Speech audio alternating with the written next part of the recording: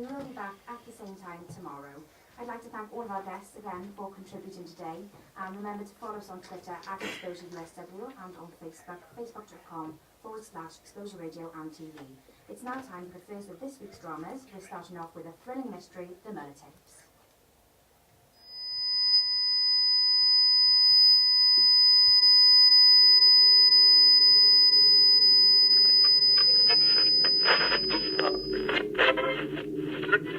A woman has been reported missing. Believed it could be a possible case of kidnapping in Norfolk area. The missing woman is reported to be 24-year-old nurse Parents distraught. Claire Muller. As missing woman Claire Muller is lost Since her disappearance last week. for over 4 days. Police have released the footage of the last known sighting of missing nurse Claire Muller. Any information regarding Claire's disappearance Is of vital importance anything to the police investigation. A body has been found by Norfolk police. thought to be that of Claire Muller. Where were you on the 31st of March 2004? What were you doing on the 31st of March? Can you remember? Most people can't. I can. On that day, quite a lot happened. London Mayor Ken Livingstone confirmed that motorists will be charged £5 per day to drive into London on weekdays. Pope Benedict XVI presented his farewell address to Vatican City. The Republic of Crimea announced a referendum and ousted its regional government, and Claire Muller was murdered. The investigation into the disappearance of Claire Muller has been far-reaching and fast-moving. As a result of these inquiries, I can confirm that we have recovered the body of a young woman in Norwich shortly before midnight. We've informed the family and the investigation continues. A person has been detained in connection with the death. I would like to sincerely thank everyone who has shown such a fantastic response to the incident in terms of assisting the police with searches and in terms of our appeals for information. Claire Muller was a 24-year-old nurse who worked at a Norfolk and Norwich hospital. Those that have known Claire have described her as an intelligent, caring and loving young woman, an important part of both the hospital and the patient she supported. On the 31st of March 2004, Claire was seen leaving the hospital on CCTV footage at 5:47 p.m. This is Detective Crowley and Detective Wilson. Location is Norwich Police Station. The time is now 3:07 p.m. The date is the 1st of April. We're interviewing Charlotte Tucker about the disappearance of Claire Muller. What is your relationship with Claire Muller? Well, she's probably my best friend. I've known her for years. See, we've grown up together and... Oh, God. I'm sorry. I just don't understand how this has happened. We worked together at the hospital as well. When was the last time you saw Claire? Well, I guess it was at work on, Wednesday. Yeah, Wednesday. My shift finished around 11. I can't remember exactly. I've been doing night shifts in a row, so my memory is quite hazy. Do you notice anything strange or different about Claire on Wednesday or any of the days previous? No. Claire's just Claire. She's in her own world most of the time. As a nurse, she's good at putting a brave face on. I suppose the only thing I remember being out of the ordinary would be Stephen appearing at the hospital again. I know they argued, but Claire is used to that. None of us ever really pay any attention. Are you referring to Stephen Castle? Yeah, Stephen. She never did get over the fact that Claire has moved on. He tends to show up wherever she is, but it's never an issue because he's so pathetic. Oh, God. Do you think it's him? Can you think of anyone who'd want to hurt Claire? Quite clearly there was. Claire did not arrive to collect her niece from nursery after her shift, and on the 30th of March, as Claire's colleagues arrived at the hospital car park, they became aware of the fact that Claire's Toyota Yaris had not left the car park overnight. Claire's colleagues and family felt that her failure to collect her niece and her apparent abandonment of her vehicle were out of character. The police received a telephone call from Claire's worried mother on the 30th of March reporting her as a missing person. The police needed to determine Had Claire taken herself away of her own accord, or was there something more sinister to investigate?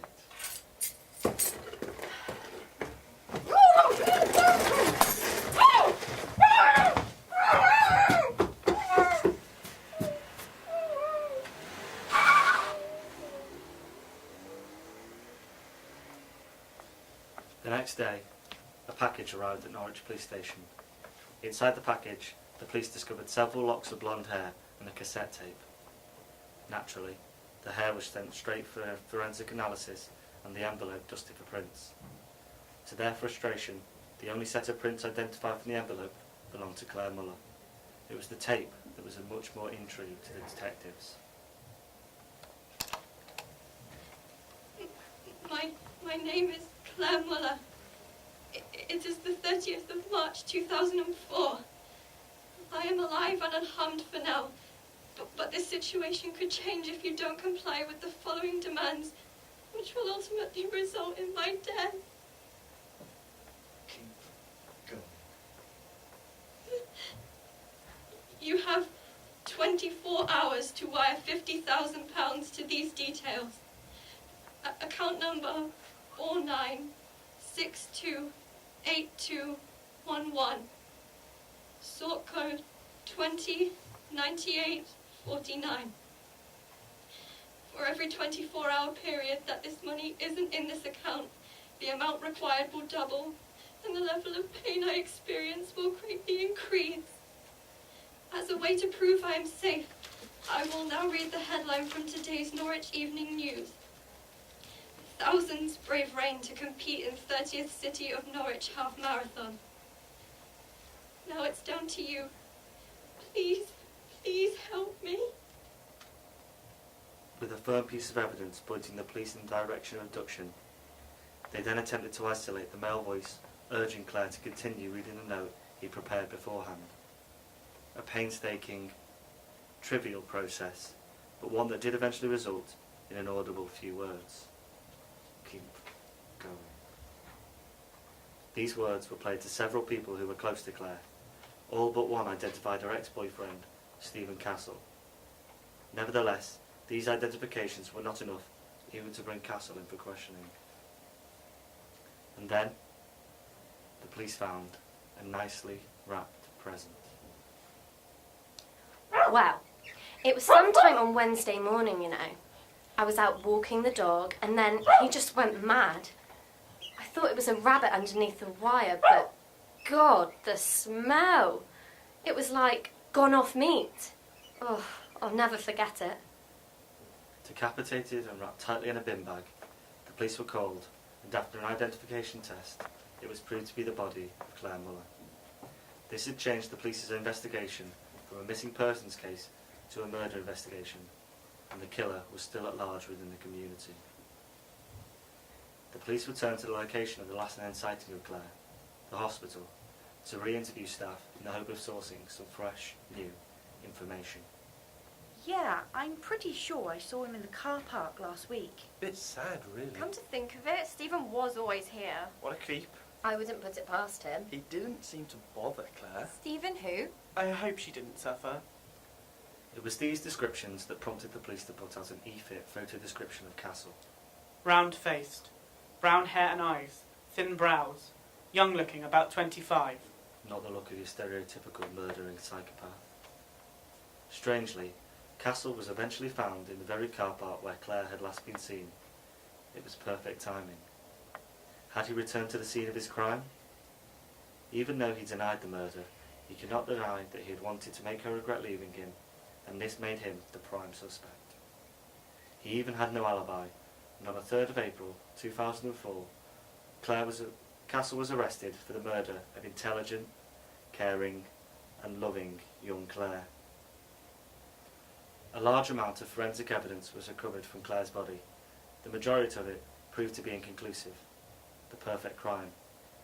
Pathologist Sarah Martin was one of the key witnesses in the prosecution's case. The deceased died as a result of asphyxiation. The decapitation seems to have occurred post-mortem. There are several blunt force traumas to the back and left-hand side of the head. Despite decomposition, Asphyxiation is still clear. The skin's taken on a purplish colour, consistent with cyanosis, hemorrhaging within the eyes. Injuries on the back of the body include several blows to the back of the head, consistent with blunt force trauma. Small traces of lead found within the wounds suggest the weapon of choice may have been a lead piping of some sort. These injuries are not severe enough to have caused any lasting damage or death. Under the fingers, there are traces of skin and plastic, suggesting that the victim may have fought back against their assailant. On the left index finger, there is a clear sign of a struggle with a nail broken and missing. Samples have been sent to the lab.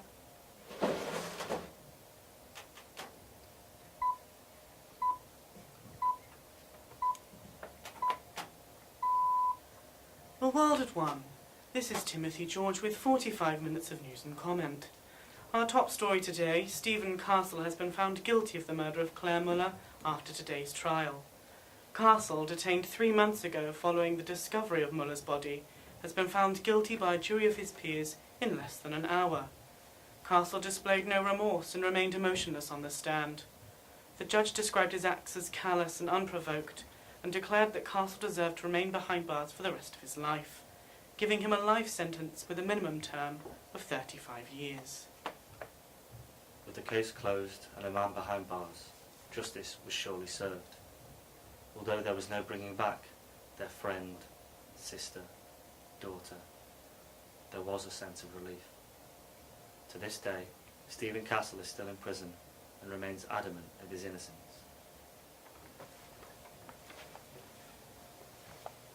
Please, don't.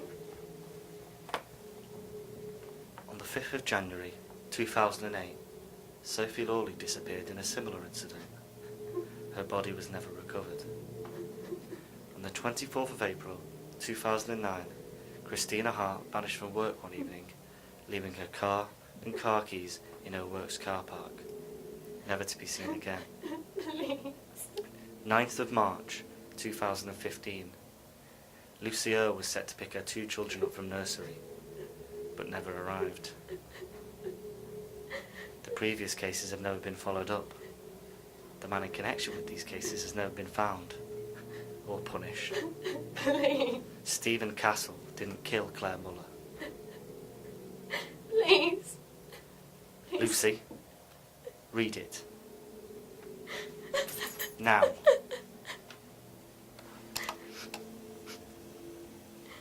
My name is Lucy Earle,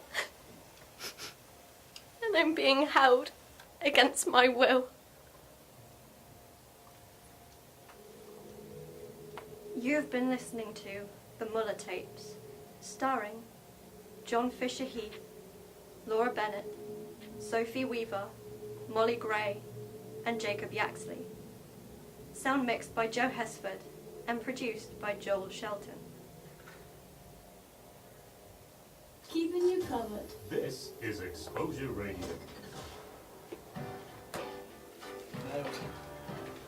Good job.